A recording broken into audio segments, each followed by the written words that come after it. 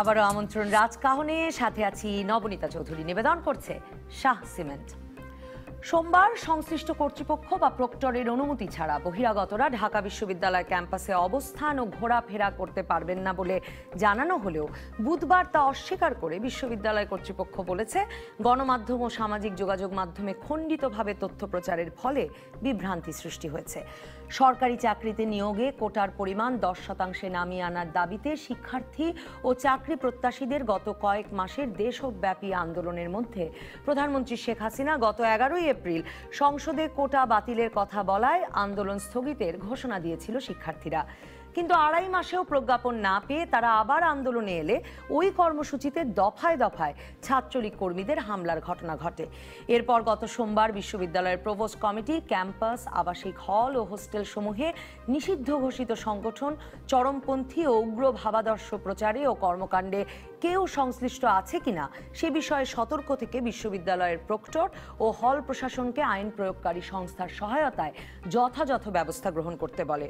উপাচার্য অধ্যাপক ডক্টর আখতারুজ্জামান এর আগে রোববার কোটা সংস্কার আন্দোলনকারীদের ফেসবুকে ভিডিও বার্তা দেওয়ার ধরনকে জঙ্গি গোষ্ঠী তালেবান ও বোকো হারামের সঙ্গে তুলনা করে উস্কানি ও নাশকতার অপপ্রয়াস হিসেবে উল্লেখ করেছিলেন। অবশ্য পরদিনই উপাচার্য কোটা আন্দোলনকারীদের জঙ্গি বলেননি দাবি করে দুঃখ প্রকাশ করেন। রাজশাহী বিশ্ববিদ্যালয়ের উপাচার্য অধ্যাপক এম আব্দুস সোবহানও গত শুক্রবার কোটা আন্দোলনকারীদের সন্ত্রাসী আখ্যা দিয়েছিলেন। যদিও তাঁর বিশ্ববিদ্যালয়েও একজন ছাত্রলীগ নেতা পরিচয় দাবিদার আন্দোলনকারীদের একজনের ওপর হাতুড়ি হামলা চালিয়েছে। হামলার ঘটনা ঘটেছে ঢাকার জগন্নাথ বিশ্ববিদ্যালয়, সিলেটের শাহজালাল বিশ্ববিদ্যালয় সহ আরও কয়েকটি বিশ্ববিদ্যালয়েও। এসব নিয়ে আলোচনায় আজ রাজকাহন স্টুডিওতে আছেন ঢাকা বিশ্ববিদ্যালয়ের সমাজবিজ্ঞান বিভাগের চেয়ারম্যান অধ্যাপক ডক্টর নেহাল করিম, একই বিভাগের অধ্যাপক ও রোকেয়া হলের প্রভোস্ট ডক্টর জিনাত হুদা এবং ইসলামের ইতিহাস ও সংস্কৃতি বিভাগের অধ্যাপক ডক্টর এম সিদ্দিকুর রহমান খান। স্বাগত আপনাদের তিনজনকে। অধ্যাপক ডক্টর নেহাল করিম, আপনাকে দিয়ে শুরু করি যে আমরা আসলে অনুষ্ঠানের বিষয় নির্ধারণ করেছি, ভিসিরা কি বলছেন, কি করছেন, কি কি করা উচিত ছিল সে প্রসঙ্গে অনেক কথা যেমন গত কয়েক মাসে হয়েছে, এখন আবার অনেক কথা হচ্ছে যে আসলে তারা কি বলছেন। আপনি কিভাবে দেখছেন? আসলে ঢাকা বিশ্ববিদ্যালয়ের ভিসিকে দিয়েও শুরু করতে পারেন বা সামগ্রিকভাবেও বলতে পারেন। ধন্যবাদ। আমি মনে করি বিশ্ববিদ্যালয়ের ভিসি কোনো ব্যক্তি না, সেটা একটা প্রতিষ্ঠান। কাজেই এই চেয়ারে থেকে বা এই পদে থেকে যিনি ভিসি হন না কেন এমন কোনো কথা বলবেন না যেটা নাকি অন্য অর্থ দাঁড়ায়। যাই হোক, ভুলক্রমে হোক, যেভাবে হোক, কিছু ভুল হয়ে গেছে, যে ভুলটা হওয়া উচিত ছিল না। আমি মনে করি বর্তমানে যে পরিস্থিতি বিরাজ করছে এটা মোটেই সুখকর না। আপনারা জানেন যে আমাদের সেমিস্টার সিস্টেম আছে। এখন ছাত্ররা যারা ক্লাস থেকে বিরত আছে, পরীক্ষার থেকে বিরত আছে, এতে সেশন জট হওয়ার সম্ভাবনা আছে। সেটা শুধু ছাত্রদের জন্য না, জাতির জন্য একটা সমূহ ক্ষতি। তো আমি যেটা মনে করি, ছাত্রদের যাদের নাকি ধরে নিয়ে গেছে, একটা আলাপ আলোচনার মাধ্যমে এদেরকে ফিরিয়ে আনা উচিত। ছাত্র সে যত ভুলই করুক, তবু সে ঢাকা বিশ্ববিদ্যালয়ে ভর্তি পরীক্ষায় উত্তীর্ণ হয়ে টাকা দিয়ে ভর্তি হয়ে he was given one ID card from the Dhaka university. তাহলে এটার অর্থ হচ্ছে সে ঢাকা ইউনিভার্সিটির ছাত্র হিসেবে স্বীকৃতি পেল। কাজেই সেখানে ঢাকা ইউনিভার্সিটির তো দায়িত্ব, তারপরে যদি সে কোনো ভুল করে, কোনো বিচ্যুতি হয়, আইন শৃঙ্খলা রক্ষাকারী প্রতিষ্ঠানে নেয়ার আগে ঢাকা ইউনিভার্সিটির প্রশাসনের, বিশেষ করে প্রক্টর অফিসের উচিত ছিল এটা তলিয়ে দেখা। কিন্তু স্যার, সেটা কিভাবে বিশ্ববিদ্যালয় প্রশাসন তলিয়ে দেখবেন? কারণ আপনার মনে থাকবে 2 তারিখ যখন ছাত্ররা, এই কোটা সংস্কার আন্দোলনকারী ছাত্ররা সংবাদ সম্মেলন করতে চাইলো লাইব্রেরির সামনে, তখন তো প্রথম হামলার ঘটনা ঘটলো। সংবাদ মাধ্যম যখন প্রক্টর স্যারকে জিজ্ঞেস করলেন, উনি তো বললেন উনি অবহিত নন, ওনাকে কেউ লিখিতভাবে জানায়নি। অবহিত না হলে আর প্রক্টর স্যার কি ব্যবস্থা নেবেন? অবহিত নয় এটাও কিন্তু আমি মেনে নিতে পারছি না। ঢাকা ইউনিভার্সিটি যা কিছু হয়, প্রক্টরের কিন্তু দায়িত্ব হচ্ছে 24 ঘন্টা। উনি আছেন, ওনার সহকর্মীরা আছে। মোট কথা কেন যে উনি অবহিত হননি বা ওনাকে অবহিত করা হয়নি সেটা আলোচনা সাপেক্ষে। আমি মনে করি বিশ্ববিদ্যালয় এখন যে পরিস্থিতি বিরাজ করছে এটা মোটেই সুখকর না। এটা গতকাল পর্যন্ত আমি জানি যে 16টি বিভাগে ক্লাস বর্জন, পরীক্ষা বর্জন ছিল। আজকে আরও বেশি হওয়ার কথা, তো আমি লেটেস্ট ইনফরমেশন জানি না। সেই সাথে আবার আমাদের মুক্তিযুদ্ধ মন্ত্রণালয়ের মন্ত্রী আবার ওই 30% আছে বলে আবার আগুনে ঘি ঢেলে দিয়েছেন, এগুলো উনি চেপে থাকতে পারতেন। এখন যাই হোক, যা হবার সামগ্রিকভাবেই তো সরকার বলছে যে কাজ চলছে, মানে কি চলছে, সিদ্ধান্ত ওটা হবে তার কাজ ঠিক ওই হবে। সময় এটা না বললেও হতো আমি মনে করি। এখন যা কিছু করছে এই কোটাটা, এটা কিন্তু সামগ্রিকভাবে সেটা যে কোনো দল মত পথের ছাত্র ফ্রন্টের বা ছাত্রদের জন্য এটা একটা মঙ্গলময় ব্যাপার, একটা সুখকর ব্যাপার যে কোটা থাকবে না, তাহলে সবাই প্রতিযোগিতামূলক পরীক্ষার মাধ্যমে বিভিন্ন পেশায় যেতে পারবে। কিন্তু সেখানে 30% বা উমুক করে এটা কমিয়ে আনা উচিত, আমি মনে করি কমিয়ে আনা উচিত। এতে অবশ্য দুই রকমের বক্তব্যই আছে। অনেকে আবার মনে করেন যে কারো কারোর জন্য, পিছিয়ে পড়া জনগোষ্ঠীর জন্য থাকা উচিত।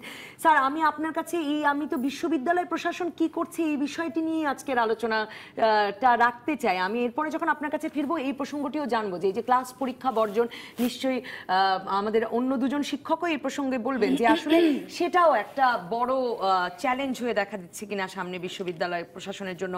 ডক্টর জিনাত হুদা, আপনার কাছে জানতে চাই যে আপনি প্রভোস্ট হিসেবে যেই সংবাদ বিজ্ঞপ্তিটি নিয়ে আমরা আসলে এত কথা সোমবার থেকে বলা হচ্ছে যে আপনাদের একটি বৈঠক, সেটা বোধহয় আর কয়েকদিন আগেই হয়েছিল, 5 তারিখ আগে হয়েছিল। আমরা মানে কিন্তু বিজ্ঞপ্তিটি সকল প্রজ্ঞাপনটি এলো সোমবারে, এবং সেখানে বলা হলো যে এই করা যাবে, এই করা যাবে না, বহিরাগতরা ঢুকতে পারবে না, থাকতে পারবে না, কিছু স্পষ্ট করা হয়েছে পরে। আমি যদি ওই জায়গা থেকে শুরু করি যে আপনারা কি সত্যি ভেবেছেন যে বহিরাগত মুক্ত করতে পারবেন হলগুলোকে? অন্তত আমরা তো পত্রপত্রিকায় জানি যে 50% বেশি বহিরাগত অনেক হলে আছেন। আজ ঢাকা বিশ্ববিদ্যালয় শিক্ষকদের একটি অংশ পত্রিকায় লিখেছেন 61% বেশি বহিরাগত অনেক হলে আছে। সেটা মুক্ত করা আপনাদের উদ্দেশ্য, নাকি আসলে কোটা সংস্কার আন্দোলনকারীদের বের করে দেওয়া? ধন্যবাদ নবনীতা, অনেকগুলো প্রশ্ন করেছেন। আমার মনে হয় প্রশ্নগুলো খুব সুস্পষ্ট হওয়া উচিত। প্রথমত, কোটা আন্দোলনটি কি করে শুরু হলো সেটার একটা প্রেক্ষাপট তো অবশ্যই আছে। আমরা দেখেছি যে কোটা, প্রথমে একটি বিষয় পরিষ্কার করা দরকার, কোটা আন্দোলনে যখন শুরু হলো, কোটা আন্দোলনের সাথে আসলে কারা ছিল। প্রথমে কিন্তু দেখা গেল যে আমরা যখন একেবারে শুরুতে দেখেছি, আমরা দেখেছি যে কোটা আন্দোলনের বেশ কিছু স্বতঃস্ফূর্তভাবে কিছু ছেলে মেয়ে এসেছে, কিন্তু পরবর্তীতে এটা কি করে এত বড়টা হলো, এটি একটি বিশাল সমাজতাত্ত্বিক প্রশ্ন, নম্বর 1। 2 নম্বর প্রশ্ন হচ্ছে এই কোটার সাথে ঢাকা বিশ্ববিদ্যালয়ের সম্পর্ক কি? সম্পর্কটি হয়ে গেল তখনই যখন ঢাকা ইউনিভার্সিটির প্রেমিস, ঢাকা ইউনিভার্সিটির জায়গাগুলোকে এই যারা ছাত্র বলছি তারা সকলে, এবং একটি আপনারা শব্দ ব্যবহার করছেন সাধারণ ছাত্র, এই সাধারণ ছাত্রের অর্থ কি বিষয়টি আমার কাছে খুব বেশি পরিষ্কার নয়, এই কারণেই যে তারা আসলে কারা। সাধারণ ছাত্র বলতে কাদের বোঝাচ্ছে? এদেরকে যারা পেটালো ম্যাডাম, তারা কারা? না, আমি আসি, আপনারা যারা এদেরকে পেটালো তারা কারা সেই প্রশ্ন আপনারা তুলছেন। তাহলে প্রশ্ন হচ্ছে যারা পেটালো তারা কারা? তারা কি ঢাকা বিশ্ববিদ্যালয়ের ছাত্র নয়? তারা যদি একটি পার্টিকুলার রাজনৈতিক দলের ছাত্র হয়ে থাকে, অর্থাৎ সরকারি দলের ছাত্র হয়ে থাকে, তাহলে সাধারণ ছাত্র যারা এই আন্দোলনটি করছে তারা কারা? তাদের কি তাহলে কোনো পলিটিক্যাল অ্যাফিলিয়েশন নাই? সে কারণেই আমার প্রশ্ন যে এরা তাহলে কারা, কি করে এতটা অর্গানাইজ হলো? আমি একেবারেই বহিরাগত হিসেবে, ঢাকা বিশ্ববিদ্যালয়ের প্রাক্তন ছাত্রী, কিন্তু বহিরাগত হিসেবে বলি যে ঢাকা বিশ্ববিদ্যালয়ে তো আমরা জানি, আমরা সংবাদপত্রের রিপোর্ট দেখেছি যে ছাত্ররা একটা বিরাট সংখ্যায় পাবলিক লাইব্রেরিতে সারাদিন বিসিএস এর জন্য পড়ছে, সেন্ট্রাল লাইব্রেরিতে লাইন করে ভোর থেকে ঢুকছে শুধু বিসিএস এর জন্য। কাজে বিসিএস এ চাকরির নিয়ম নিয়ে আন্দোলনের একটি কেন্দ্র ঢাকা বিশ্ববিদ্যালয় হবে, তাতে এত অবাক হবার কি আছে? এত অবাক হবার এই আছে যে আজকে এই বছরই কি ঢাকা বিশ্ববিদ্যালয়ের ছাত্ররা পাবলিক লাইব্রেরিতে পড়ছে? আর কখনো অতীতে পড়ে নাই। এই বছরই কি শুধু ঢাকা বিশ্ববিদ্যালয়? আমি শেষ করি। এই আপনার একটু কথা বলতে দেন, শুধু অন্য কথাটা শোনেন না। এই প্রশ্নগুলোর উত্তর আপনাদের মিডিয়ার দেওয়া দরকার আছে বলে আমি মনে করি। তাহলে এতদিন ঢাকা বিশ্ববিদ্যালয়ের ছাত্ররা পাবলিক লাইব্রেরিতেও পড়েনি, এতদিন রাত জেগে ঢাকা বিশ্ববিদ্যালয়ের ছাত্ররা কোনো লাইব্রেরিতে যেও পড়েনি। অল অফ আ সাডেন এই যে একটি একত্রিত হয়ে যাবার, সেটার কারণ কি? আসেন স্লোগানে আসি। প্রশ্ন কেন করছি? এত বঙ্গবন্ধুর নাম জপ জপ জপ করতে হবে কেন? মালা জপার মতো। বঙ্গবন্ধুর সোনার বাংলায় বৈষম্যের ঠাঁই নাই, তাহলে অর্থটা কি গেল? তাহলে কোটা আসলে বঙ্গবন্ধু দিয়ে এই দেশে বৈষম্য তৈরি করে দিয়েছেন। আমার কাছে তাই মনে হয়। বঙ্গবন্ধুই সেই ব্যক্তি যিনি কোটা চালু করেছিলেন এবং বৈষম্য এই দেশেই তৈরি করেছিলেন। শেখ হাসিনার বড় বড় এত ছবি নিয়ে মিছিল করতে হবে কেন? শুধু সব ছবি শেখ হাসিনা, সব ছবি হাতে বঙ্গবন্ধু, খুবই সন্দেহবাদ থেকে অভিযোগই তো হচ্ছে, আমি তো তাই বলছি। কিন্তু ছাত্ররা যে মার খাচ্ছে সে বাস্তব। ওকে, আমি বলি আসি, ছাত্ররা মার খাচ্ছে এটি সত্য, এটি বাস্তব। এটিও বাস্তব যে ছাত্ররা শিক্ষকদের চরিত্র হরণ করছে। আমি নাম ধরে বলবো, আজকে কথা বলতে দিবেন, শুধু একতরফা বলছেন। ভিসির বাড়িতে সেই দিন যেভাবে ভাঙচুর হয়েছে, আমি একজন আই উইটনেস। ভিসির বাড়িতে যে আই ভিসি তুই বাইর হ, শার্ট খুলে, আমি বলছি কেন এটা কারা, শার্ট খুলে প্যান্ট পরে এরা গেছে, আমি বলছি আসি, আমি বলি টপ ভেঙে তুই তুকারি করে, আমি ঘটনা ঘটেছে ভয়াবহ। যত ধরনের অশ্রাব্য, অকথ্য, কুৎসিত, কদর্য ভাষা আছে সব সেই দিন অ্যাপ্লাই করা হয়েছে ভিসি মহোদয়ের সম্পর্কে, শিক্ষকদের সম্পর্কে। আমাদের ছাত্র মশিউ সমাজ বিজ্ঞান বিভাগ, যাকে নিয়ে এখন ডিপার্টমেন্ট তোলপাড়, সে কে? সে একটা সেকেন্ড ইয়ারের ছাত্র, তাকে আমি চিনি না, আমাদের চেয়ারম্যান মহোদয় চিনেন কিনা আমি জানি না। সে কেবল সেকেন্ড ইয়ারে ভর্তি হলো, সে নেতৃত্বে চলে আসলো। আমরা তো জানি ফার্স্ট ইয়ার সেকেন্ড ইয়ারের ছেলে মেয়েদের ভালো মতো পরিচয়ই হয় না, এবং সে সূর্য সেন হলে থাকে, সেখানেও তার পরিষ্কার নয়। সে স্ট্যাটাস বলেছে শিক্ষকরা লম্পট, শিক্ষকরা প্রতারক, শিক্ষকরা ভণ্ড। এটা হচ্ছে মশিউর রহমানের স্ট্যাটাস। অন্যায় করেছে, কিন্তু আমি আপনার কাছে যখন ফিরবো, আমি জানতে চাইবো ম্যাডাম, সমাজ বিজ্ঞানের শিক্ষক আপনি, আমি আপনার কাছে জানতে চাইবো যে মানে আপনি যে উদাহরণগুলো দিলেন, মানে আন্দোলন সম্পর্কে আপনার যে সন্দেহ, সে শুধুই সন্দেহ কিনা, আমি সেটাই আরেকটু ভালো করে আমারটা যদি সন্দেহ হয় তাহলে অন্য দিকটাও তো তাহলেই শুধু সন্দেহ। এই কারণে যে এই যে যারা পেট্রন করছে, আপনারা এই জন্য আমি সাধারণ ছাত্রের প্রশ্ন উঠলাম, এই সাধারণ ছাত্ররা তাহলে কি করে এতটা জড়ো হয়ে গেল? এবং ঢাকা বিশ্ববিদ্যালয় আজ পর্যন্ত শিক্ষকদের এই অশ্রাব্য ভাষায় গালিগালাজ হয়েছে, এই ধরনের অশ্রাব্য ভাষায় গালিগালাজ হয়েছে, জানুয়ারিতেও হয়েছে, সেটাই তো বলছি। আমি সেটাই বলছি, সিদ্দিকী স্যারের সময় ওনাকে ঘেরাও করা হয়েছে। সাদিকে কেউ লম্পট চরিত্র এগুলি বলেনি। এখন এইগুলোকে আমরা কি পেট্রন করছি কিনা, সেটা একটি বিরাট প্রশ্ন আন্দোলনের। আর প্রতিপক্ষ হয়ে উঠছে কেন ছাত্ররা?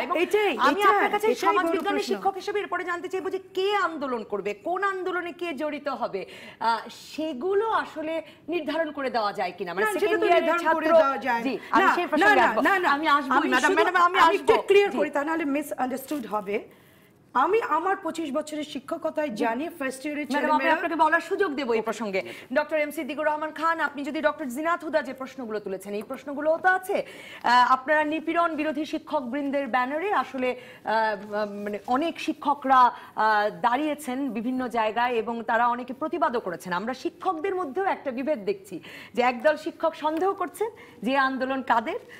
সরাসরি তো ডক্টর জিনাত হুদা বললেন যে বামপন্থী, আর আমাদের বিসি স্যারের কথাও মনে হয় যে শিবিরকেও একটা সন্দেহ, তো জঙ্গি, এই দুদলকে সন্দেহ। আরেক দল আসলে ছাত্রদের পাশে দাঁড়াচ্ছেন, তো খুব বিভেদটাও পরিষ্কার। আপনি যদি আমাকে বলেন যে আসলে এই আন্দোলন এত দানা বেঁধে উঠলো কি করে, সন্দেহ হয় কিনা আপনারও? ধন্যবাদ আপনাকে। আমি বক্তব্যের শুরুতেই এই বাংলাদেশে কোটা সংস্কার আন্দোলন নিয়ে যারা আন্দোলন করছে এবং সাম্প্রতিক সময়ে একটি ছাত্র সংগঠন কর্তৃক এদের উপর যে নিপীড়ন, এই নিপীড়নে যারা গুরুতর আহত হয়েছেন আমাদের শিক্ষার্থী, তাদের প্রতি একটা সহানুভূতি জানিয়ে, এবং যারা গ্রেপ্তার হয়েছেন তাদের পরিবারের প্রতি এবং তাদের প্রতি একটা সহানুভূতি জানিয়ে আমি বক্তব্য শুরু করছি। জিনাত আপা বলছেন যে হঠাৎ করে এই আন্দোলন হঠাৎ করে, এটা একেবারে সত্যের আলাপ। 2013 সাল থেকে এই কোটা সংস্কার আন্দোলন ঢাকা বিশ্ববিদ্যালয়ের প্রিমিজে পরিচালিত হচ্ছে। এর আগে 2008 সাল থেকে যখন এই আন্দোলনটি হচ্ছিল সেটা অত বড় আকারের ছিল না, কিন্তু 2013 সাল থেকে ঢাকা বিশ্ববিদ্যালয়ের প্রেমিজে এই সাধারণ ছাত্ররা বিভিন্ন পর্যায়ে এই আন্দোলন করছে। আপনার প্রশ্ন তুলছেন যে এই সাধারণ ছাত্ররা কিভাবে এত একত্রিত হলো। আমাদেরকে কিন্তু বুঝতে হবে এটা কিন্তু কোনো রাজনৈতিক প্রশ্ন না। এই ছাত্রদের এখানে তাদের শিক্ষা জীবন শেষে একটা নিশ্চিত কর্মজীবনের প্রশ্ন এখানে জড়িত, এবং এই ছাত্রদের সাথে ছাত্রলীগ যেরকম সংগঠন যারা করে তারা যেরকম আছে, বামরা যেরকম আছে, অন্য রাজনৈতিক দল আছে, যারা কোনো রাজনৈতিক দল সমর্থন করে না, তারা কিন্তু মুষ্টিমেয় সুবিধাভোগী কোটার যারা ছাড়া এর বাইরে সাধারণ ছাত্রদের সম্মিলন আছে, এবং এই সাধারণ ছাত্রদের এই কারণে এই আন্দোলনটা একটা ব্যাপক মাত্রা পেয়েছে। বিরতি নিতেই হবে, আমি আপনার কাছেই ফিরবো। ফিরে আমি জানতে চাইবো যে আবার রাজনৈতিক কারণও তো আছে, ডক্টর জিনাত হুদাদের সন্দেহ করবার, কারণ আবার ঢাকা বিশ্ববিদ্যালয়ের শিক্ষক মামুন আহমেদ স্যারের সঙ্গে তারেক রহমানের কথা হচ্ছে। আমি সেই প্রসঙ্গেও একটু ফিরি একটা বিরতির পর। ফিরে এলাম রাজকাহনে। ডক্টর এম সিদ্দিকুর রহমান খান, আপনি শুরু করেছিলেন বলা যে কিভাবে এটিকে আপনি সাধারণ ছাত্রদের আন্দোলন মনে করেন, কিন্তু ডক্টর জিনাত হুদাদের সন্দেহ সেখান থেকে কিনা যে আমরা জানি যে আপনার সহকর্মী সাদা দলের নেতৃস্থানীয় শিক্ষক মামুন আহমেদ স্যার, তার সঙ্গে তো আবার লন্ডন থেকে তারেক রহমানের কথা হলো, সেই ফোনালাপ বেরিয়ে পড়লো, তখনই আসলে আরো ভাবা শুরু হলো কিনা যে তো বিএনপি শিবিরের আন্দোলন।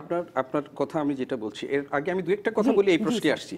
যেখানে দেখেন জিনাত আপা কতগুলো প্রশ্ন উত্থাপন করেছেন, এবং সেইগুলোর মধ্যে বঙ্গবন্ধু এবং শেখ হাসিনার ছবি ব্যবহারের কথাটাও এখানে আসছে। আমাদের বাংলাদেশের বাস্তবতাটা এখানে, আমি জানি না এটা তারা কৌশলগত কারণে করেছে কিনা, এবং বঙ্গবন্ধু এবং শেখ হাসিনার রাজনৈতিক আদর্শ ধারণ করেন বহু শিক্ষার্থী যারা আছেন এই আন্দোলনের সাথে সক্রিয়ভাবে, এবং নেতৃস্থানীয়দের মধ্যেও এরকম শিক্ষার্থী আছেন, তারা সত্যিকার অর্থেই সেটা ধারণ করেন। আর হয়তো কৌশলগত কারণে আজকে বাংলাদেশের যে বাস্তবতা, আমাদের গণতান্ত্রিক যে অবস্থা দাঁড়িয়েছে ঢাকা এই সারা বাংলাদেশে, এখন যারা আওয়ামী লীগ না করে এবং সরকারের এই মহাজোটের শরিক দলের বাইরে কারো কোথাও দাঁড়ানোর বাস্তবতা আছে কিনা, আপনি মিডিয়ার কর্মী এবং আমরা সময় সচেতন মানুষ হিসাবে অস্বীকার করতে পারি এটা আমরা আমাদের রাজনৈতিক কারণে, কিন্তু বাস্তব চিত্রটা সেটার জন্য শিক্ষার্থীরা কৌশলগত কারণে ওইটা ব্যবহার করতে পারে। এবং একই সাথে বিশ্বাস করতে হবে যে অজস্র ছাত্র এখানে আছে যারা এই আদর্শে বিশ্বাস করেন, এবং তাদের একটা যৌক্তিক দাবির ক্ষেত্রে তারা এটাকে ব্যবহার করেন। দ্বিতীয় কথা হচ্ছে, আপনারা বলছেন যে বাহির থেকে কথা বলছেন, বিএনপি একটি রাজনৈতিক দল, তারা জনগণের জন্য রাজনীতি করে। বিএনপি বাংলাদেশের কোনো নিষিদ্ধ ঘোষিত রাজনৈতিক দল না। এখানে বাংলাদেশের 26 লক্ষ, আসলে জামায়াতে ইসলামীও নিষিদ্ধ ঘোষিত না, 26 লক্ষ ছাত্রছাত্রী যারা তরুণ চাকরি প্রার্থী, যারা এই আন্দোলনের সাথে কম বেশি যুক্ত আছে, সেই রকম একটা আন্দোলনের সাথে তারেক রহমান যদি তার দলের আদর্শে বিশ্বাস করে কারোর সাথে যদি কথা বলে থাকেন, এটা কি অন্যায় হয়েছে? আমি মনে করি এটা অন্যায় হয়নি।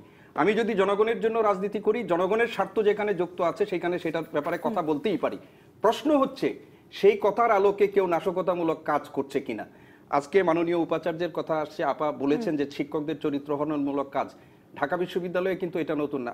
বিসি অধ্যাপক এস.এম. ফায়েজ যখন ভাইস চ্যান্সেলর ছিলেন, আমি সেই সময় প্রক্টোরিয়াল কমিটির একজন মেম্বার ছিলাম, শাহবাগে একজন ছাত্রী দুর্ঘটনায় নিহত হওয়াকে ঘটনাকে কেন্দ্র করে উপাচার্যকে যে ধরনের আচরণ করা হয়েছে, চারুকলাতে উপাচার্যকে সারাদিন আটকে যে ধরনের আচরণ করা হয়েছে, ঢাকা বিশ্ববিদ্যালয়ের ক্যাম্পাসে এরকম না। ঢাকা বিশ্ববিদ্যালয়ের এই ক্ষমতাসীন ছাত্র সংগঠন কর্তৃক শিক্ষকদের লাঞ্ছিত, শারীরিকভাবে লাঞ্ছিত হওয়ার উনি আছেন, অসংখ্য ঘটনা ঢাকা বিশ্ববিদ্যালয়ে হয়েছে। একটা ফেসবুক স্ট্যাটাসের মাধ্যমে যদি এটা অপরাধ হয়ে থাকে, এই ধরনের অপরাধ, আমি এটাকে সমর্থন করছি না।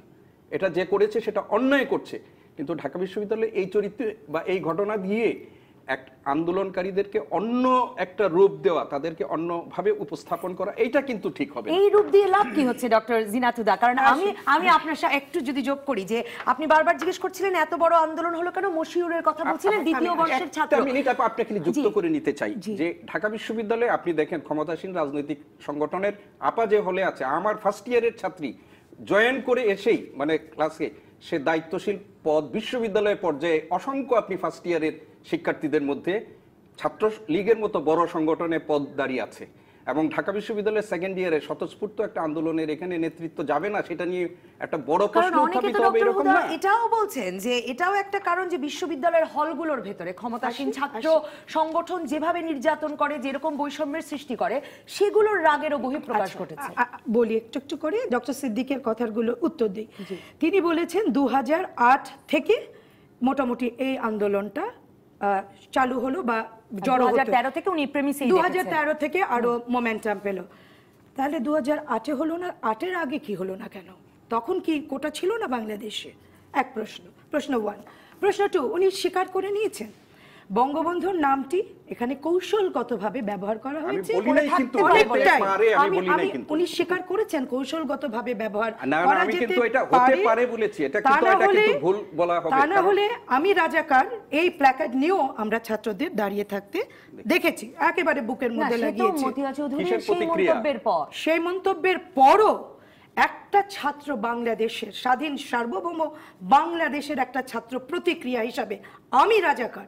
মতিয়া চৌধুরীর প্রতিবাদ করার অনেক অনেক অনেক কৌশল আছে। এত কৌশল ডক্টর সিদ্দিক যে বর্ণনা করলেন, এত কৌশল ঢাকা বিশ্ববিদ্যালয়ের একেবারে নবীন ছাত্ররা যখন শিখে যায়, তখন আমি রাজাকার এটা বলবার এত বুক ফুলিয়ে বলতে হবে এটা কোন স্ট্র্যাটেজি, এবং এই ছাত্রদের কাছ থেকে কোন ভবিষ্যতের বাংলাদেশ আশা করি, সেটিও আমার একটি প্রশ্ন। তারপরে তিনি বলেছেন ঢাকা বিশ্ববিদ্যালয়ের শিক্ষকরা লাঞ্ছিত হয়েছে, ছাত্ররা লাঞ্ছিত হয়েছে। অত্যন্ত সত্য কথা। আমি নিজে ছাত্রদলের ক্যাডারদের দিয়ে লাঞ্ছিত হয়েছি, সেটি এক জিনিস। আর ফেসবুকে সোশ্যাল মিডিয়াতে লিঙ্ক আপ হয়ে সেখানে হয়তো ভিসিকে লাঞ্ছনা করেছে, হয়তো প্রক্টরকে করেছে, কিন্তু অ্যাজ আ হোল টিচিং কমিউনিটিকে এইভাবে চরিত্র হনন করা প্রথমবার হচ্ছে আসলে ফেসবুক বা সোশ্যাল মিডিয়ামের মাধ্যমে, এবং এই কারণেই আমি এই বিষয়টার প্রতি দৃষ্টি কিন্তু আপনি আছেন প্রভোস্ট হিসেবে। আমি যদি জানতে চাই যে মানে আমরা জানুয়ারিতেও এই প্রসঙ্গে কথা বলেছিলাম, যখন 7 কলেজের অধিভুক্তি নিয়ে রণক্ষেত্র হলো ঢাকা বিশ্ববিদ্যালয়, ভিসি কে ছাত্রলীগের উদ্ধার করে আনতে হলো। এই যে ছাত্রদের যে কোনো আন্দোলন হলেই বিশ্ববিদ্যালয় প্রশাসন তাদের বিরুদ্ধে দাঁড়িয়ে পড়ে, সেটাও আসলে বিশ্ববিদ্যালয়ের একদল শিক্ষকের বিরুদ্ধে ছাত্রদের দাঁড় করায়। বিশ্ববিদ্যালয় প্রশাসন আপনারা বলছেন বিরুদ্ধে দাঁড়িয়ে পড়ে, হ্যাঁ, মানে কিভাবে বিরুদ্ধে দাঁড়িয়ে পড়ে? এখন মনে করেন একই সাথে যেটা শুনেন, বাংলাদেশে প্রচুর আন্দোলন হয়েছে, ঢাকা বিশ্ববিদ্যালয়েও প্রচুর আন্দোলন হয়, ভবিষ্যতেও হবে।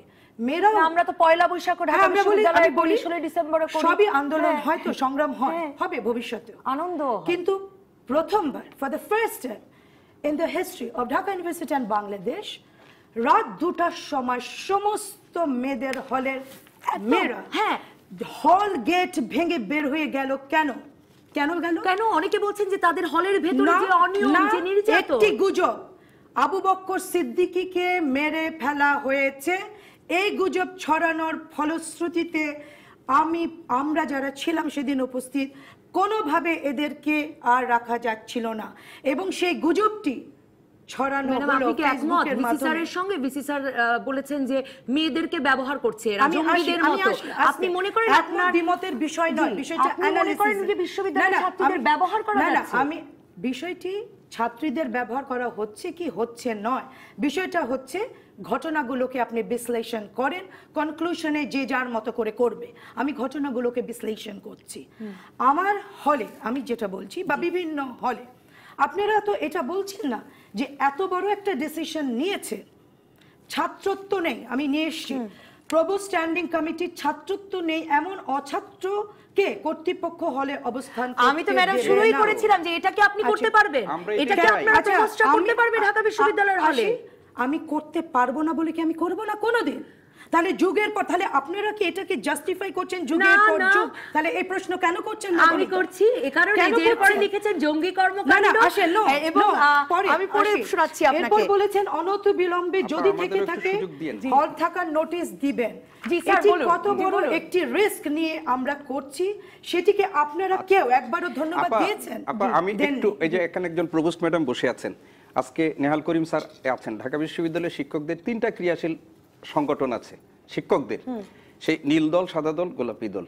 আমি নীল দল এবং সাদা দল, গোলাপি দল, আপনি গত কয়েকটা নির্বাচনের আমাদের যে ইলেকশন ম্যানিফেস্টো প্রচারণা হয়, সেইখানে 2টা দলের ইয়াতে দেখবেন যে হলগুলোতে অছাত্র বহিরাগতদেরকে বের করে শিক্ষার্থী বান্ধব একটা পরিবেশ সহ অবস্থানের কথা কয়েক বছর ধরে ফ্রিকুয়েন্টলি দাবি করা হচ্ছে। আজকে আপনি দেখেন হলগুলোতে নাকি, আমি আপা একটা হলের প্রভোস্ট আছে, হলগুলোতে বিশেষ করে মেয়েদের হলগুলোতে 2টা কার্ড বহন করে ছাত্রীরা। আপনি বাইরের মেয়েরাও হলগুলোতে এখন মেয়েদের হলে থাকছে, একসময় যেটা অকল্পনীয় ছিল। এবং সংশ্লিষ্ট হলের যারা দায়িত্বশীল ছাত্রনেত্রী আছেন তারা একটা কার্ড দেন, সেই কার্ড শো করে কার সিল থাকে, কার স্বাক্ষর থাকে, ওই ছাত্রনেত্রীর ইয়ে থাকে। তাহলে গেটে আমি, এবং ফরচুনেটলি আমার এরকম একটা কার্ড দেখার সুযোগ হয়েছে, যে তারা এটা গেটে দেখালে, যারা গেটে দায়িত্বরত সিকিউরিটি গার্ড থাকেন, তাহলে ওই নেত্রীর এটা দেখলে তাকে আর কিছু বলা তারা হয় না। তার মানে হলের সিট ভাড়া দিতে পারছে, এবং হলের সিটগুলো যে ভাড়া হচ্ছে সেগুলো পত্রপত্রিকাতে আপনারা একেবারেই আসছে। এসেছে। ডক্টর নেহাল করিম, আমি আপনার কাছে জানতে চাই যে প্রভোস্ট কমিটির এই প্রজ্ঞাপনের যে অংশটির দিকে দৃষ্টি আকর্ষণ করালেন ডক্টর হুদা, সেটা তো অনেক দিনের চাওয়া যে বহিরাগত মুক্ত থাকবে হল, কিন্তু এর পরের অংশ নিয়ে কোনো মানে এটা কি বহিরাগত মুক্ত করবার জন্যই, নাকি আসলে এই যে প্রজ্ঞাপনটি দেওয়া হলো যে নিষিদ্ধ ঘোষিত সংগঠন চরমপন্থী ও উগ্র ভাবাদর্শ প্রচারে ও কর্মকাণ্ডে কেউ সংশ্লিষ্ট আছে কিনা সে বিষয়ে প্রভোস্টদের আইন শৃঙ্খলা বাহিনীর সহায়তা নিয়ে যথাযথ ব্যবস্থা নিতে হবে। হঠাৎ এই সন্দেহ কেন বিশ্ববিদ্যালয় কর্তৃপক্ষে? সন্দেহ আমি ঠিক বলবো না, এটা হয়তো একটা বিশেষ উদ্দেশ্যে এটা প্রজ্ঞাপনটা জারি করেছে, কিন্তু এটাতে কোনো ফলপ্রসূ রেজাল্ট পাওয়া যাবে বলে আমি মনে করি না, কারণ এত ঢুকে গেছে এবং সবারই ইন্টারেস্ট আছে। এবং আমি যদিও হল প্রশাসনের সাথে জড়িত না, আমি এটাও শুনেছি হলের যারা নেতৃস্থানীয় তারা নাকি পয়সা নিয়ে মানে জায়গা দেয়। তো এইখানে যেখানে নাকি এরকম ইন্টারেস্ট কাজ করে, এখানে যে পুরোই মানে যা প্রজ্ঞাপনে আছে তা বাস্তবায়িত হবে বলে আমি মনে করি না। তবে আমি অবশ্যই চাইব বিশ্ববিদ্যালয়ে সামগ্রিকভাবে একটা সুস্থ পরিবেশ থাকুক, এতে কিন্তু সবারই সহযোগিতা দরকার।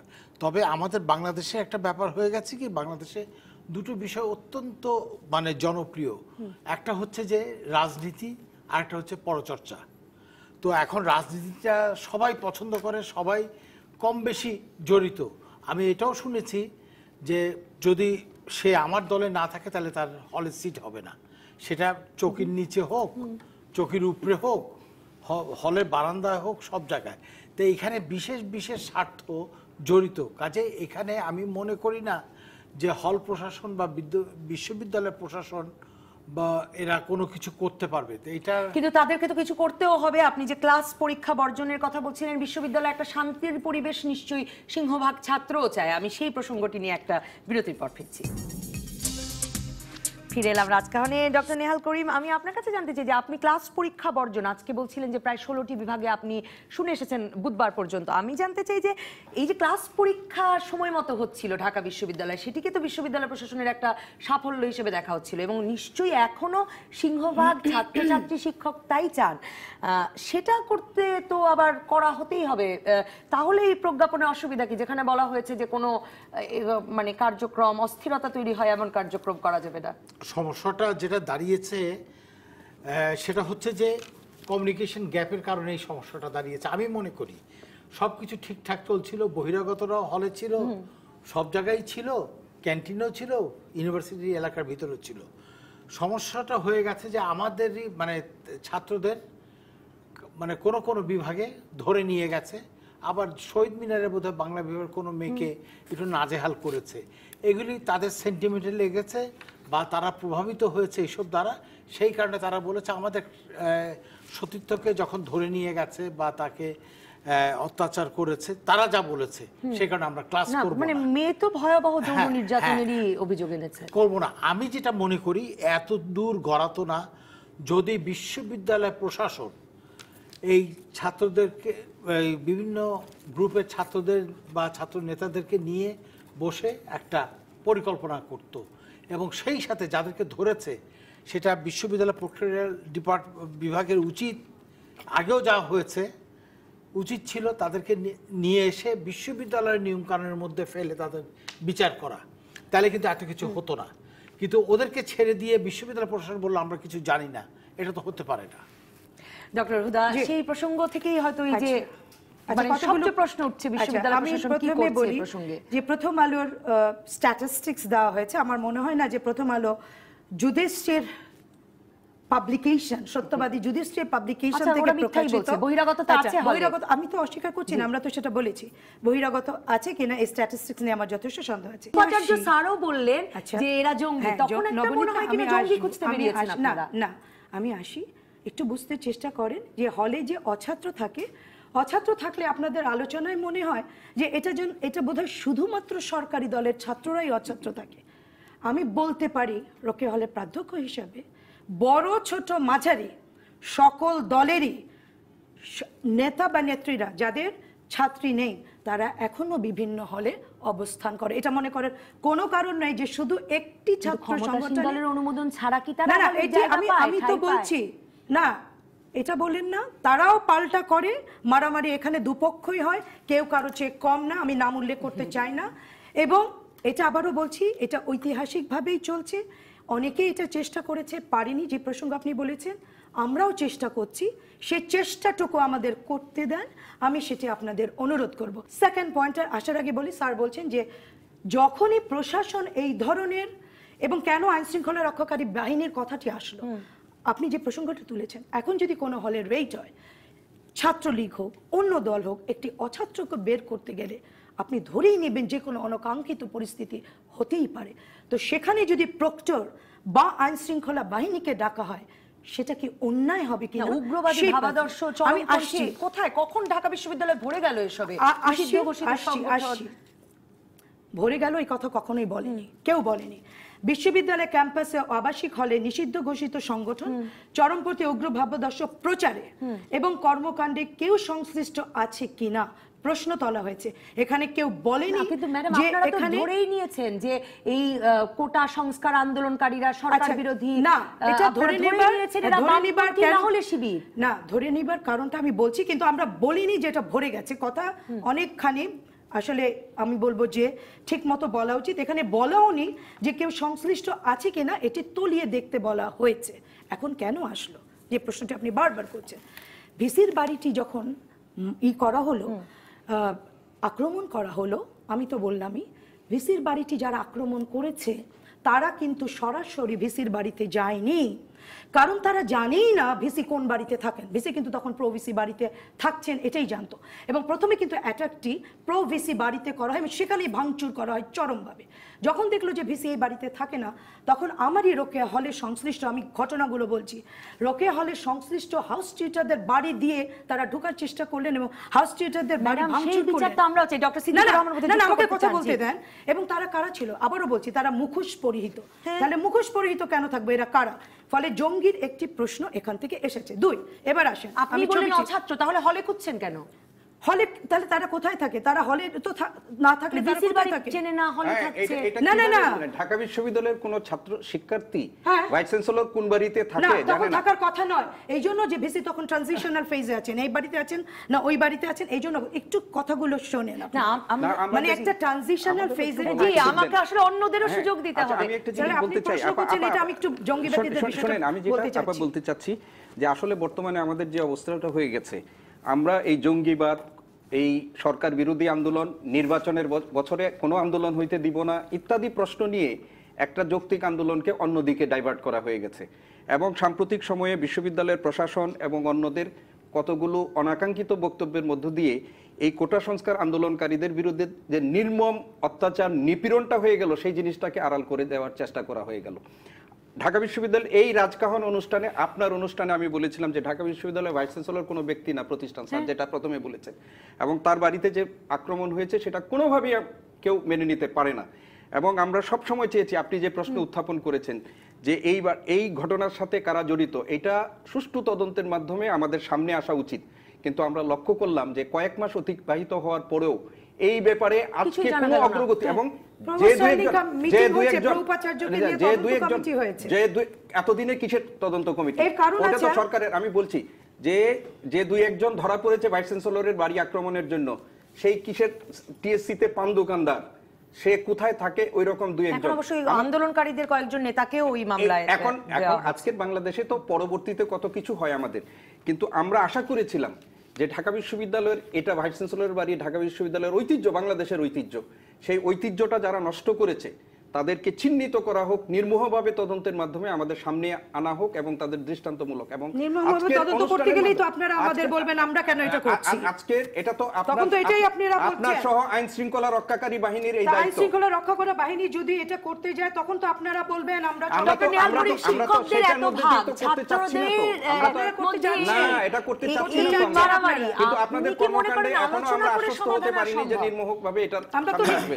আর কিভাবে নির্মোহ হবে, যেখানে বলা হচ্ছে অছাত্রদের বের করা হবে। আমি একটা জিনিস আমি নবনীতা আপনার সাথে যুক্ত করি, আমি শেষ করছি, সেটা হলো যে বাংলাদেশে না বিশ্বে আমরা অনেক বিশ্ববিদ্যালয়ে আপা গেছেন, স্যার গেছেন, আমরা কোনো বিশ্ববিদ্যালয় এত উন্মুক্ত না, কিন্তু ঢাকা বিশ্ববিদ্যালয়ের ক্ষেত্রে এই প্রসঙ্গটা অন্যরকম। ঢাকা বিশ্ববিদ্যালয় শুধুমাত্র শিক্ষা আজকে প্রতিষ্ঠান না, ঢাকা অন্যরকম। বিশ্ববিদ্যালয় আমাদের এইখানে 90 হয়েছে, ঢাকা বিশ্ববিদ্যালয়ে 69 হয়েছে, ঢাকা বিশ্ববিদ্যালয়ে 66 হয়েছে, ঢাকা বিশ্ববিদ্যালয়ে সকল গণজাগরণ অগণতান্ত্রিক আন্দোলন তো আন্দোলনের জন্য সেখানেই হয়েছে, হলো। সেটার প্রশ্ন করতেই হবে। করেন নাই অসংখ্য আপনারা। ধন্যবাদ doctor M Siddiqur Rahman, doctor Zinat. আমি একটু আমি আপনার কাছে জিজ্ঞেস করেছিলাম, আপনি উত্তর দিতে পারেননি যে আলোচনা করে আর সমাধান সম্ভব।